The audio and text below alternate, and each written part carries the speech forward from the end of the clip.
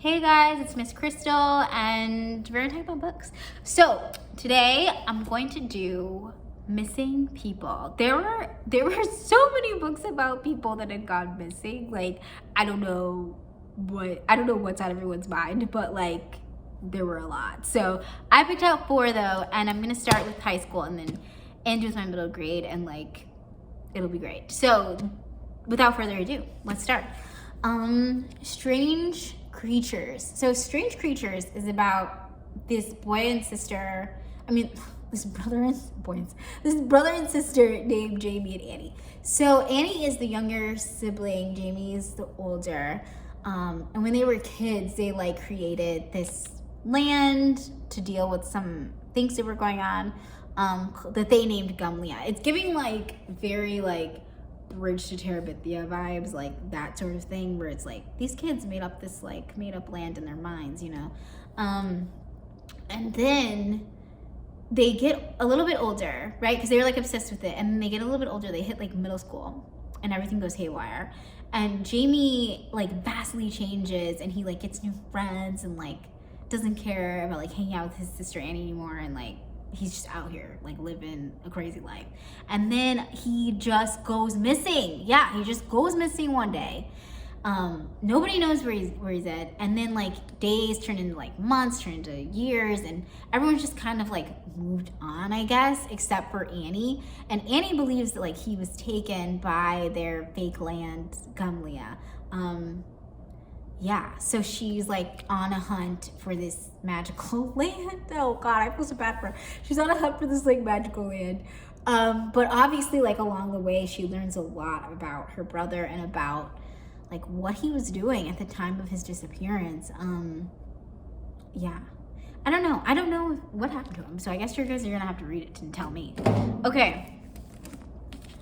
Dustborn. So Dustborn, this one is a sci-fi epic.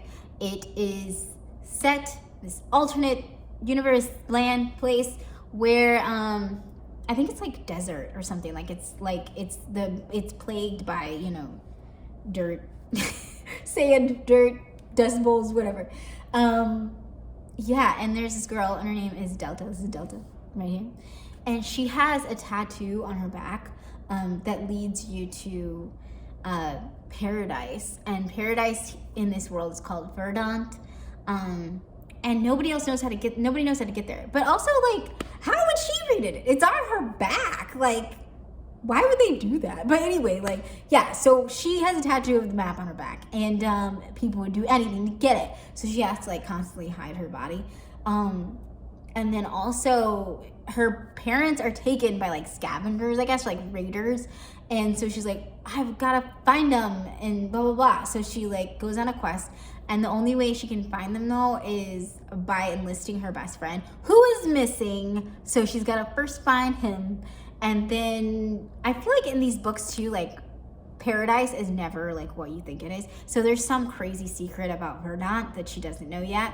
So, and also like, how does she know what her back looks like? What if it's not even there? I'm just saying. I don't know. Okay. Long Lost. Oh, these are middle grade, just so you know. So Long Lost. This one has kind of like a magical-esque element. It's like Ghost Story meets magic. I don't know. Pan's Labyrinth vibes.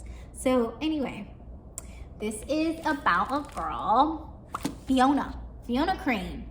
Ooh, what a name. So anyway, Fiona Crane, she moves to this like sleepy little town called like Lost Lake, or like, what is this? Yeah, Lost Lake. That's not ominous at all. So she moves to this town called Lost Lake, and the library is in this like old mansion that these rich people used to live in. And she finds this book, and it's like a sketchbook of like drawings of like the forest, and like gives these weird clues about these girls that used to live in this town like a long time ago, and they were sisters, and one of them goes missing. See? And so like yeah, but also like nobody knows when she talks about the book, everyone's like, that book doesn't exist, what are you talking about? So like something's happening. And also like I feel like it's a setup, because the thing is, she has to think like the library is in a house, so like maybe the people that live there left something. Just saying. Okay. Anyway, Tornado Brain. Tornado Brain. I was gonna say Brian. Tornado Brain. So this one is about, what are their names? Frankie and Colette. Frankie is neurodivergent, and she is very insecure and like sad about that fact. And then she doesn't really have any friends because of that. Like, she has a hard time communicating with people, obviously, except for like her best friend Colette. And they were like super attached at the hip for a long time. And then they got to like middle school, and like everything, like most people, the friendship broke down, and I don't know, somebody betrayed somebody, and they weren't friends no more. And now Colette has gone missing. See?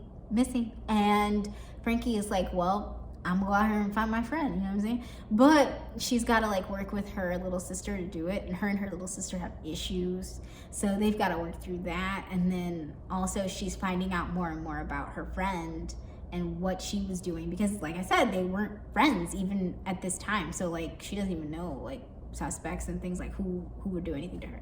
But I don't know, it's a good one, especially if you want to read something with a neurodivergent person as the main character. Okay, those are my picks for missing persons. Have some fun. Mystery's great. See you guys later.